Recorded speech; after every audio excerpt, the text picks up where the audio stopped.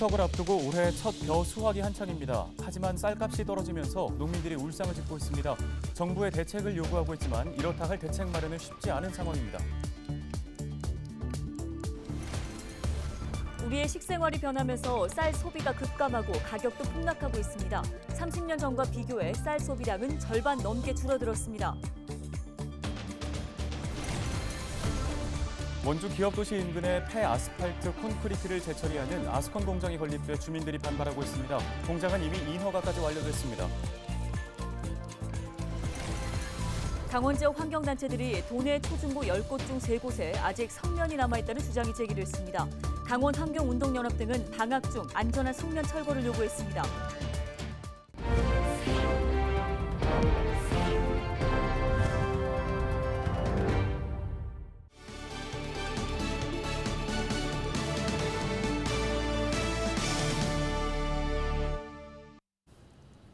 시청자 여러분 안녕하십니까? 헬로티비 뉴스입니다. 첫 소식입니다. 철원과 양구에서 올해 첫 벼베기가 시작되는 등 농촌 지역마다 본격적인 수확철을 맞았습니다. 올해에도 작황이 좋아서 추석 전에 햅쌀이 시장에 풀릴 예정인데요. 네, 하지만 쌀값이 지난해보다 20% 넘게 폭락하면서 상황이 심상치 않습니다. 농민들은 정부의 쌀값 회복 대책을 마련하라며 집단 행동에 나섰습니다. 보도에 전소영 기자입니다. 파란 하늘 아래 황금 물결을 이룬 농촌 들녘. 알곡이 가득 찬 벼들이 일제히 고개를 숙였습니다. 콤바인이 힘찬 소리를 내며 벼를 베고 이내 논바닥이 드러납니다. 수확철에 접어들었지만 농민들의 걱정은 이만저만이 아닙니다. 쌀값이 계속해서 떨어지고 있기 때문입니다. 통계청이 발표한 산지 쌀값 조사 결과를 보면 15일 기준 20kg 한 포대당 가격은 42,000원대로 1년 전보다 20% 넘게 하락했습니다. 공급 과잉으로 쌀값이 하락하고 있는 건데 올해도 작황이 좋은 데다 아직 지난해 수확한 재고도 남아있어 쌀값이 더 떨어질 수 있는 상황입니다. 더욱이 비료와 농약 등 농자재 값이 급등해 농민들은 농사를 지을수록 손해가 쌓인다며 한숨을 내쉽니다. 어느 정도 잘 된 것 같은데요. 지금 수확량보다도 쌀값이 지금 한 20% 정도 떨어져 있는 상태 아닙니까? 그러니까 다 아시다시피 농민들이 풍년이 진다고 하더라도 마음이 좋지 않다는 거. 보다 못한 농민들이 쌀값 회복을 촉구하고 나섰습니다. 전국 농민의 총연맹 강원도연맹은 지난 24일 강원도청 앞에서 강원 농민대회를 열고 정부의 대책 마련을 요구했습니다. 정부가 시장에 풀리는 쌀 공급량을 조절하는 시장격리 조치를 뒤늦게 시행하면서 쌀값이 폭락했다는 게 농민들 주장입니다. 사정이 이렇지만 정부나 강원도는 아직 이렇다 할 대책을 내놓지 못하고 있습니다. 정부가 공급 비축 및 수매 가격을 결정을 해야 가격이 떨어질지 말지가 나오는 거지. 농가들은 그거가 우려돼서 자꾸 걱정을 해서 지금 이제 집회를 하는 것 같은데, 근데 어떻게 될지도 모르면서 지금 행정에서 뭐를 대책을 내놓을 수는 없죠. 한 해 농사를 마무리하는 수확철, 농민들의 시름이 깊어가고 있습니다. 헬로티비 뉴스 전소연입니다. 네, 이렇게 농민들이 반발하고 있는 건 원가 상승 등의 여파로 곡물값이 대부분 올랐지만 유독 쌀값만 떨어졌기 때문인데요. 가격은 30년 전과 별반 다를 게 없지만 소비량은 점차 줄고 있어서 정부 차원의 실효성 있는 대책이 필요해 보입니다. 고정민 기자의 보도입니다. 한국인의 주식인 쌀. 1970년대 이전엔 생산량이 적어 쌀밥을 먹는 건 부의 상징으로 여겨졌습니다. 당시 80kg짜리 쌀 10섬이면 한 학기에 10만 원 정도였던 서울의 사립대 등록금을 냈을 정도입니다. 요즘은 그 쌀이 흔해서 이렇게 쌀의 가치를 잘 인식하지 못하는데요. 70년대 쌀이 귀한 시대에는 쌀 2솜이면 국립대학교 납부금을 낼 수 있을 정도였고, 이처럼 귀한 몸 대접을 받았던 쌀이 요즘은 푸대접을 받고 있습니다. 한국인의 식문화가 점차 서양화되면서 쌀 소비량이 줄고 가격도 떨어졌기 때문입니다. 떡 시키신 분들이 양이 점점 지금 줄어드는 추세예요. 떡 추세는 좀 하얀 곡선을 그리고 있는 것 같아요. 쌀값 떨어지는 거 보면 아주 무섭게 떨어지잖아요.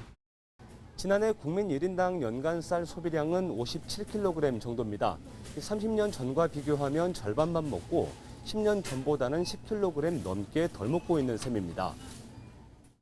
반면 밀 소비량은 쌀 소비가 줄어드는 것과 대조적입니다. 해마다 증가세를 보이다가 지난해 역대 최고치인 35kg을 기록했을 정도입니다. 밀은 전체 소비량의 99%를 수입에 의존하고 있는데 최근 1년 새 톤당 가격이 최대 2배 넘게 올랐습니다.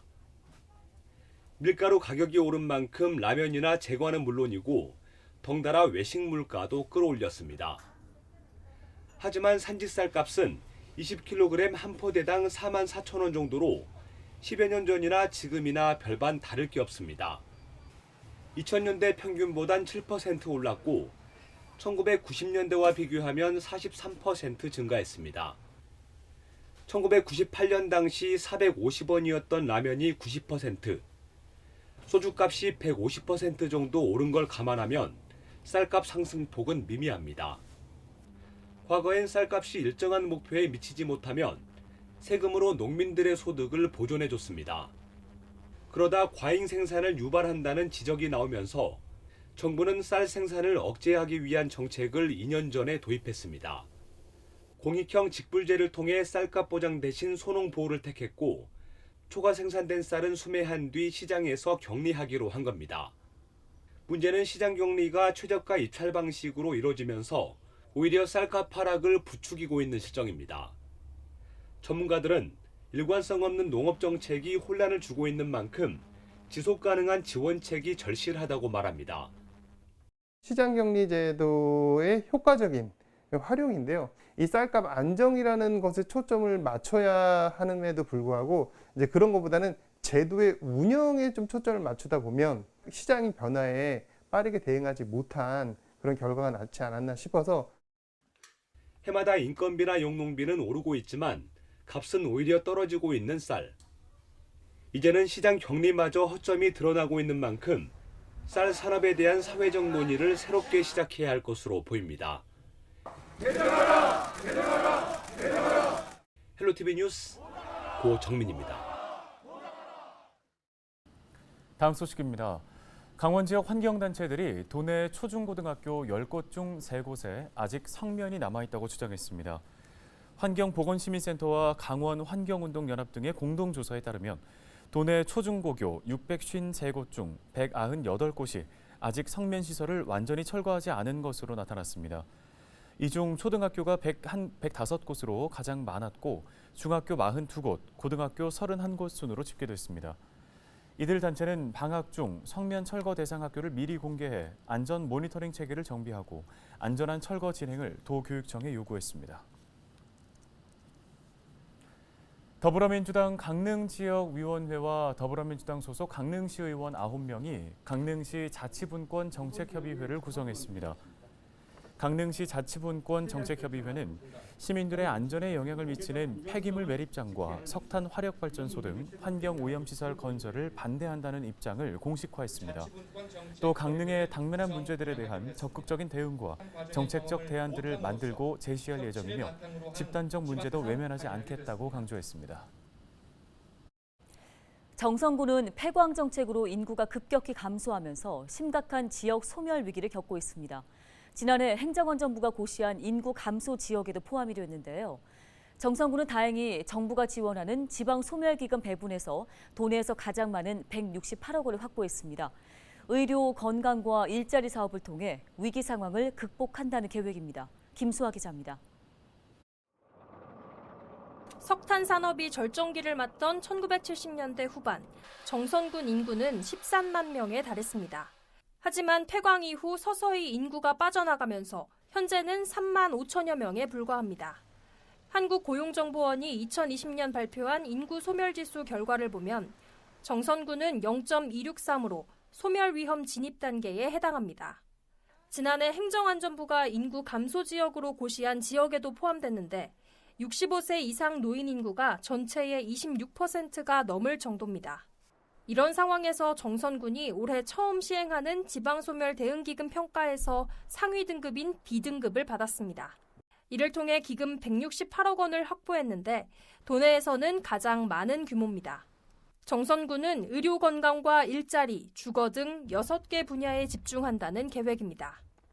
이들이 우선적으로 추진할 사업이 이제 의료 부분입니다. 의료 부분인데 아시다시피 그 폐강 지역의 어떤 의료 환경이 너무 열악하기 때문에 우리 군에서는 이제 군립병원을 설립해서 운영 중에 있는데 병동의 의료 환경이 너무 열악해가지고 2023년까지 병동을 새롭게 신축할 계획입니다. 또 정선군 북평면에 청년하우스를 조성하고 마을 일꾼 프로그램을 운영하는 등 청년층 유입에도 힘쓸 계획입니다. 하지만 지자체와 기업, 대학의 지속적인 협력을 통해 지역 소멸 위기에 대한 근본적 대책을 마련해야 한다는 의견도 많습니다. 도가 재정적이나 여러 가지 제도적으로 뒷받침할 수 있는 조례 제정, 우선 민간 협력이 이제 중요한데요. 특히 이제 이 지역의 일자리를 창출하는 데 있어서 대학의 역할이 상대적으로 많이 일자리 부족과 열악한 교통 인프라, 주거 여건 등으로 심각한 지역 소멸 위기에 내몰린 정선군. 지방소멸기금 투자 사업으로 어떤 변화가 있을지 관심이 모아지고 있습니다.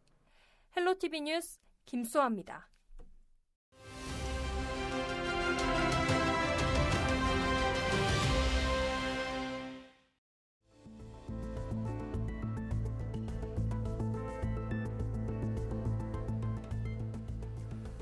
한국은행이 사상 처음 4차례 연속으로 기준금리를 올렸습니다. 한은금융통화위원회는 현재 연 2.25%인 기준금리를 2.5%로 0.25%포인트 인상했는데요. 금리를 이렇게 연달아 올린 가장 큰 이유, 바로 물가 때문입니다. 지난달 소비자 물가지수는 외식과 농축수산물 가격 상승 등의 영향으로 지난해 같은 달보다 6.3% 뛰었는데요. 무려 23년 8개월 만에 가장 높은 상승률입니다. 이창용 한은 총재는 높은 수준의 물가 상승 압력과 기대 인플레이션이 이어지고 있다며 고물가 상황의 고착을 막기 위한 정책 대응을 지속할 필요가 있다고 설명했는데요. 다시 말해 금리 인상에 따른 경기 침체의 우려보다 물가를 잡는 게 더 시급하다는 겁니다. 영혼까지 끌어모아 대출을 받은 이른바 영끌족의 부담도 커질 수밖에 없는데요. 최근 1년 사이 기준금리가 2%포인트 올랐는데 대출금리도 이만큼 오른다고 가정하면 한 사람당 1년에 128만 8천 원어치의 이자를 더 내야 합니다. 한은은 앞으로 금리 인상의 폭과 속도는 금융 안정 상황과 주요국의 통화 정책 변화 등을 면밀히 점검하면서 판단하겠다고 밝혔습니다. 데일리 브리핑이었습니다.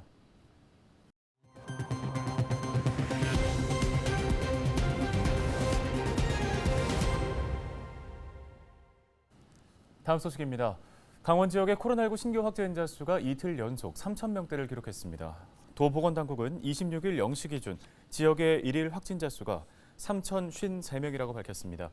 이는 전날보다 276명, 일주일 전보다는 1,250명 감소한 수치입니다. 159개의 병상 중 98개를 사용하면서 병상 가동률은 61.6%를 기록 중이고 중환자 병상 가동률은 78.3%를 기록하고 있습니다. 도내 4차 백신 접종률은 일주일 전보다 1%포인트 상승한 16.8%로 나타났습니다. 술을 팔지 않는다는 이유로 편의점 주인을 때리고 촉법 소년이라고 주장하며 난동을 부린 중학생이 구속됐습니다. 춘천지방법원 원주지원은 25일 상해와 업무 방해 등의 혐의로 15살 A군에게 청구된 구속영장을 발부했다고 밝혔습니다. 법원은 A군이 소년이지만 구속해야 할 부득이한 사유가 있고 도주 우려도 높다고 판단해 영장 발부를 결정했습니다. A군은 지난 22일 오전 1시 30분쯤 원주시 명륜동의 한 편의점에서 술 판매를 거절한 직원과 점주를 폭행한 혐의를 받고 있습니다. 또 A군은 자신이 형사처벌을 받지 않는 촉법 소년이라고 주장하며 이들을 조롱한 것으로 알려졌습니다. 경찰은 A군을 상대로 추가 수사를 벌인 뒤 검찰에 송치할 예정입니다. 양양국제공항을 모기지로 하는 플라이강원이 지난 25일 국토교통부로부터 베트남 하노이와 호찌민 노선 허가를 받았습니다. 플라이강원은 양양 하노이 노선은 10월 13일부터 취항 예정이며 매주 화, 목, 토 주 3회 운항합니다. 양양 호찌민 노선은 10월 14일부터 주 4회 운항한다고 밝혔습니다. 뉴스 마치겠습니다. 네, 고맙습니다.